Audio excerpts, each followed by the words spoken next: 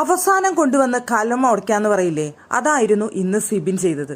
ഇത്ര കാര്യങ്ങൾ ഈ ഒരാഴ്ച കൊണ്ട് സിബിൻ ചെയ്തിട്ട് അവസാനം കൊണ്ടുവന്ന് കലം ഉടയ്ക്കുന്ന ഒരു കാര്യം.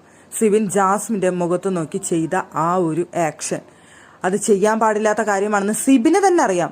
എന്നിട്ടും സിബിൻ അത് ചെയ്തു. അവിടെ ചോദ്യം ചെയ്യപ്പെട്ടു. അവിടെ ബിഗ് ബോസ് തന്നെ സിബിനെ വാണിംഗ് കൊടുക്കുന്ന കാര്യമുണ്ടായി.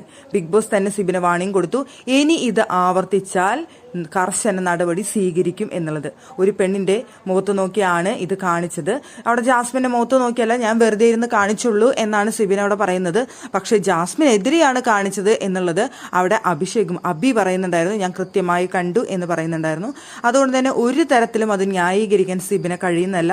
പിന്നെ സിബിൻ അവിടെ ഞാൻ സോറി പറയാം, ഞാൻ എന്ത് ശിക്ഷ വേണമെങ്കിൽ എടുക്കാം എന്നൊക്കെ പറയുന്നുണ്ടായിരുന്നു.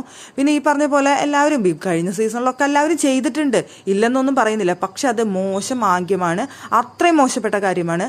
അതുകൊണ്ട് തന്നെയാണ് ബിഗ് ബോസ് അവിടെ വാണിംഗ് കൃത്യമായിട്ട് സിബിന് കൊടുത്തത്. അവിടെ എഴുന്നേൽപ്പിച്ച് നിർത്ത് ബിഗ് ബോസ് ഒരു വാണിംഗ് കൊടുക്കുക എന്ന് പറഞ്ഞു കഴിഞ്ഞാൽ ചെറിയ കാര്യങ്ങൾക്കൊന്നും ബിഗ് ബോസ് അങ്ങനെ ഒരിക്കലും ചെയ്യാറില്ല. അത്രയും കർശന നിർദ്ദേശം കൊടുക്കണം എന്ന് തോന്നുന്ന കാര്യങ്ങളിൽ മാത്രമാണ് ബിഗ് ബോസ് ഇടപെടാറ്. അങ്ങനെ ബിഗ് ബോസ് ഇടപെട്ടു സിബിന്റെ വിഷയത്തിൽ. അതുകൊണ്ട് ബിഗ് ബോസ് സിബിനെ അത്രയും